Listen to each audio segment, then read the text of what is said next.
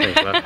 Okay, you bagged a few toads this evening. Yes, actually, you know, I mean, it was quite good, and the really pleasing part about it is all these children here have had an absolute ball, you know, and they've had a wonderful time out there.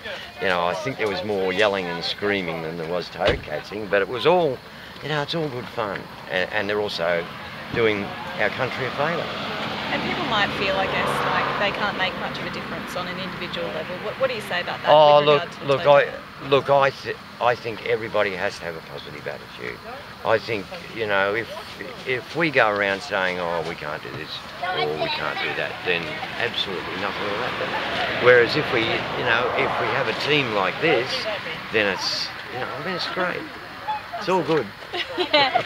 Other people, like myself from Victoria, might think it's a bit of an only in Queensland kind of thing to go out hunting toads on a Saturday night. Yeah, well, you know, I got into a little bit of strife this evening because during one of the school visits, I made the mistake of telling the children to put toads in Mum's fridge.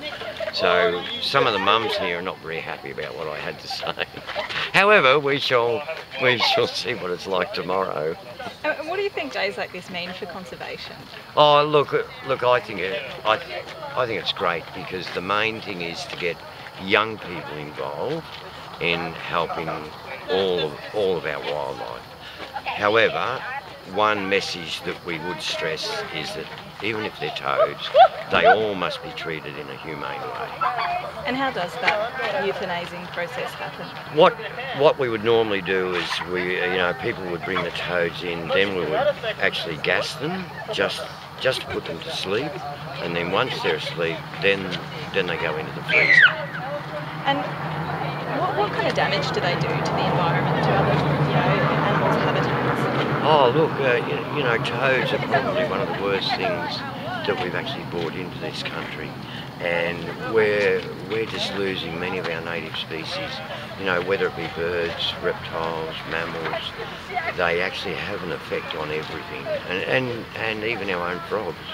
So we're finding now in areas where the toads are moving, you know, there is also a big percentage of our native wildlife going down in numbers, and that's what we've got to be concerned about. Is this enough, this kind of community-driven activity, or does more need to be done by government? Oh well, yeah, you know, we always either blame the government or we actually, sort of expect the government to do more.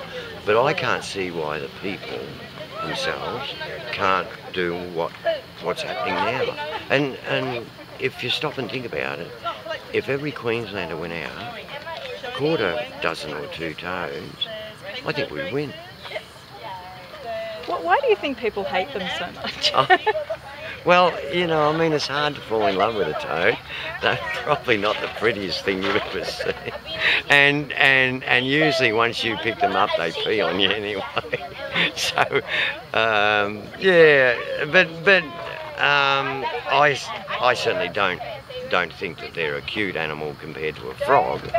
However, in their own country, they would actually play a part. But in our country, they have to go. Fantastic. Thanks very much, Paul. Terrific. Appreciate it. Good on you, mate. I'll just have a little grab your microphone there. What's he doing? It's on your website, you know where they go. I'll look up his Facebook pages too. And you are? Lauren Day, ABC News.